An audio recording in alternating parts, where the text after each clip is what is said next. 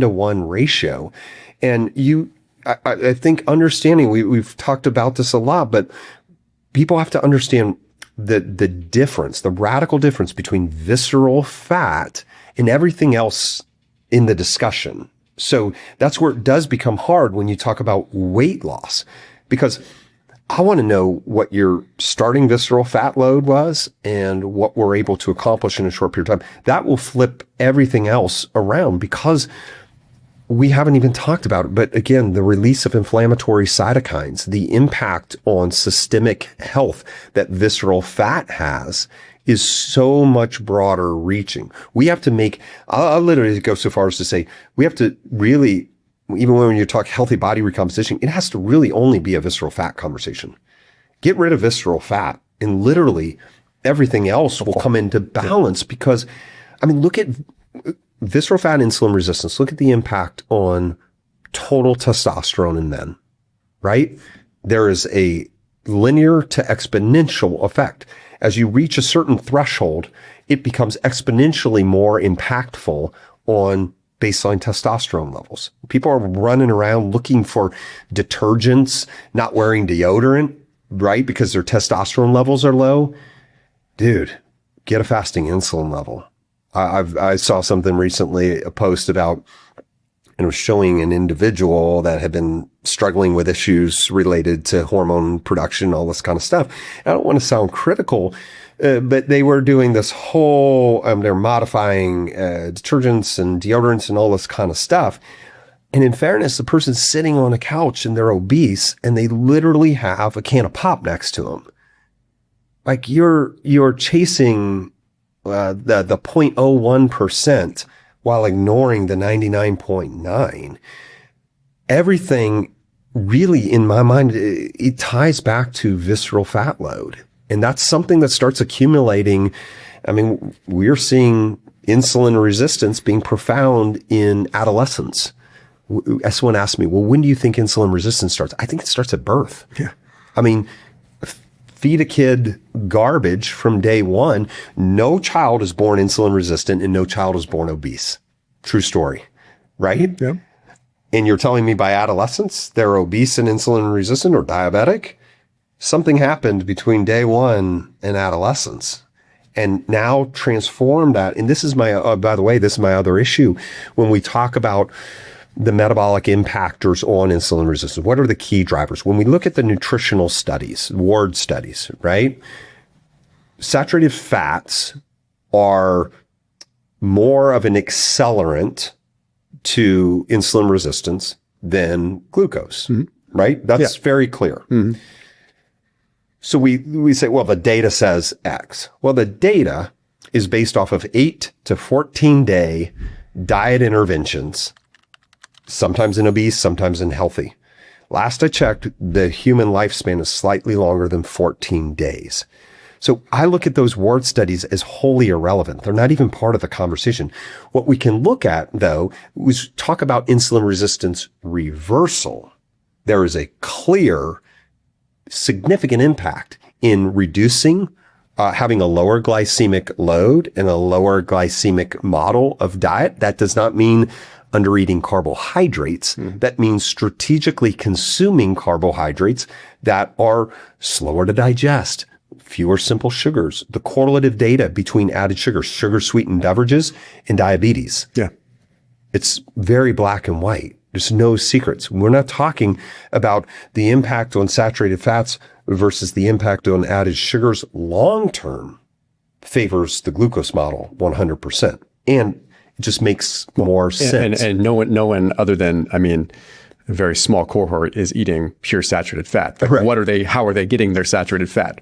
Right. Like they're not getting their saturated fat from a beautiful ribeye or ground beef. Right. I'm sorry. They're getting it from some trans fat or some fat in their potato chip or in their, they're getting it some not in their potato chip, but their fried food or whatever, right? They're getting it some other way. They're getting it and it's combined. It's not just the saturated fat. It's just correct. That is a very frustrating discussion to have because there's a very big difference between a high fat, high saturated fat diet. If you look at like even in rodent models, how they induce obesity, they induce it with high saturated fat, of course, but it's not, that's high saturated fat in adjunct to their rodent chow. Right. Like, if you were to put just a rat on pure saturated fat, I don't know what would happen. Maybe it's been done. Like, they probably would have very low insulin. I mean, it probably would cause some other issues. Right. The point is that it's not like the saturated fats. I mean, let's anecdotal. I just got my an AI-driven coronary artery calcium score, everything, all my plaque.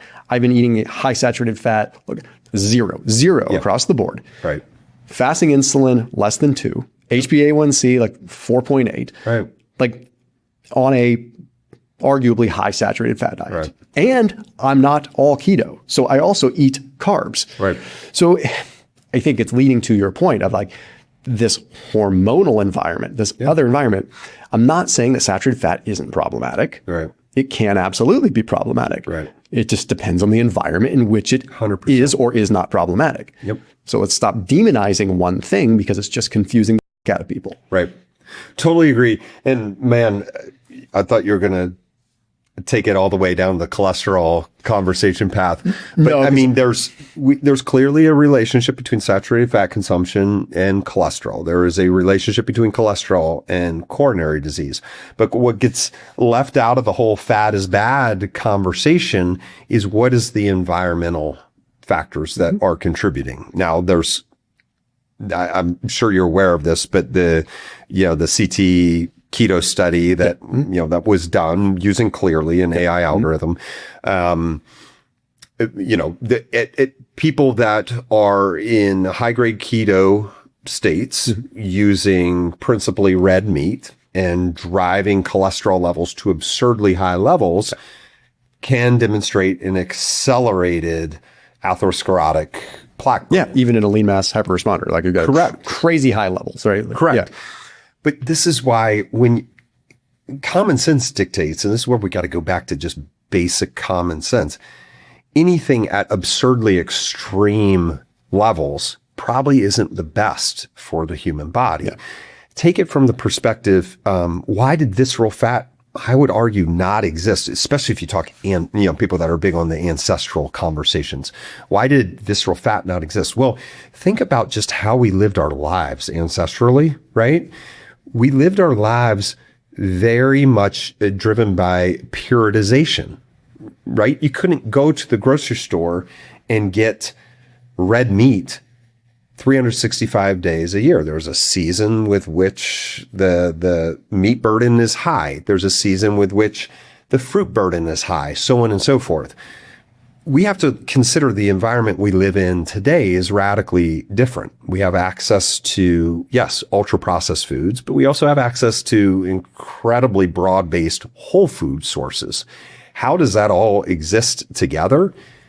The simplest way I can put it is use human biology, restore natural mechanisms, which healthy mechanisms, metabolic flexibility as a core principle.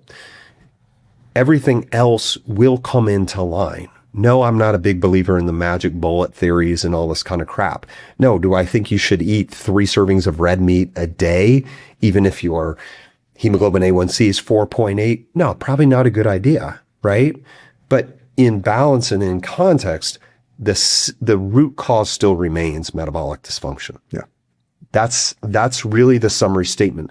So fasting as the most powerful, potent mechanism we have to reverse metabolic dysfunction is indeed the most critical element, I think, to long-term health and performance. It has to be.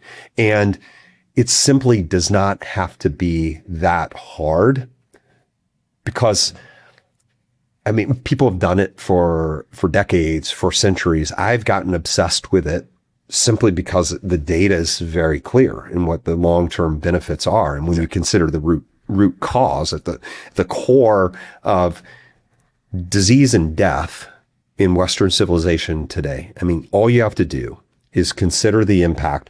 Use diabetes as end-stage insulin resistance. We'll use that as it's an easy population to study, type 2 diabetes, right? Look at the exponentially higher risk of death and comorbidity in diabetics than any other single condition, including familial hypercholesterolemia, right? For sure. Okay. You want to talk? I mean, anyway, we can digress into the cholesterol talk, but I mean, just look at the diabetic cohort.